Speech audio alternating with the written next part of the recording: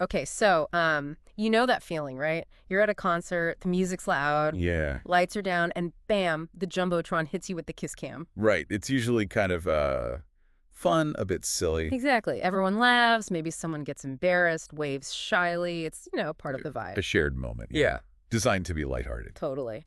But then something different happened. July 16th, Coldplay concert, Boston. Right. The kiss cam lands on this couple, and it turns out it's an IT CEO, a guy named Byron from a company called Astronomer, Oh, wow. and he's there with an HR manager from his own company. Oof.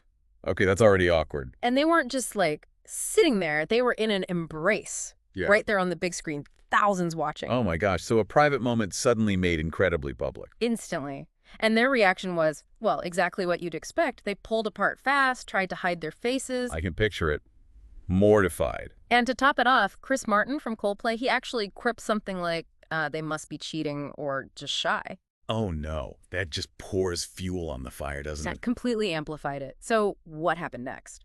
Predictable, maybe. It just exploded. Viral, I'm guessing. Instantly viral, that moment, caught on camera, shared everywhere. TikTok, you name it. Right. And pretty quickly, people figured out who Byron was. The calls for him to be fired started. Wow. And this company, Astronomer, apparently a New York data firm, actually worth over $1 billion, believe it or not. A big deal then. Yeah, not small fry, but probably not well known globally. Yeah. Suddenly, everyone knew Astronomer. For all the wrong reasons, though. That's a PR nightmare. Exactly. It's kind of a wild example of how fast things can shift online. One awkward moment. Global infamy. It really shows the power and the danger of that kind of instant mass visibility. Your company's narrative just hijacked overnight.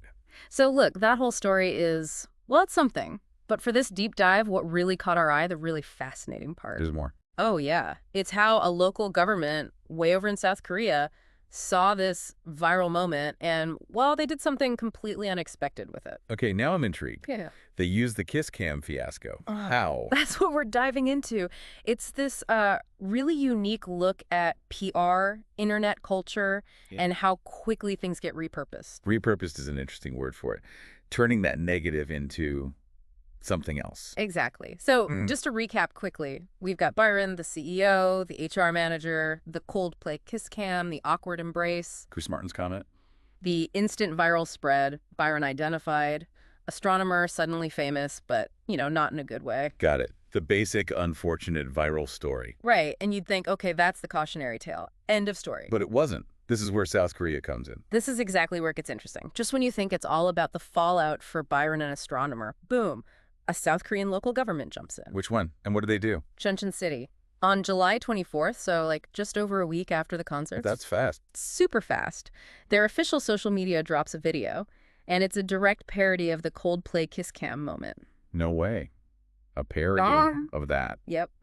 The title was something like, when Chuncheon and Gwacan were caught meeting, and it tagged the Ministry of Agriculture, Food, and Rural Affairs. Okay.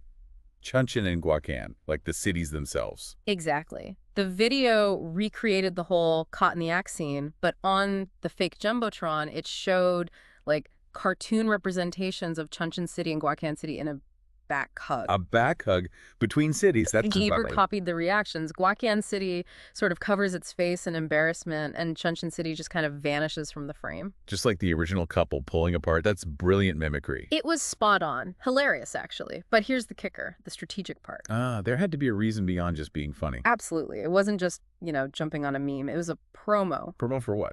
For the Food Tech Leading City Forum. It was being co-hosted by Chuncheon and Gwacan. And the forum was scheduled for July 25th, the very next day, at Chuncheon City Hall. Wow. Talk about timely marketing. They saw the viral wave and surfed it immediately for their own event. Precisely.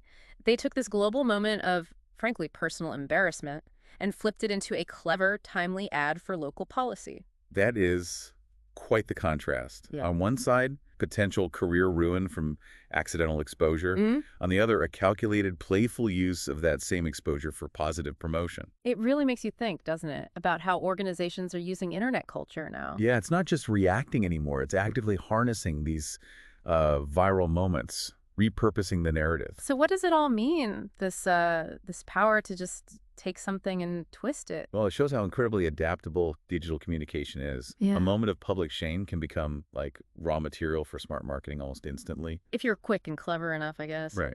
It blurs the lines. Bad press isn't always just bad press anymore, is it? It can be content, an opportunity. It's a massive contrast, though.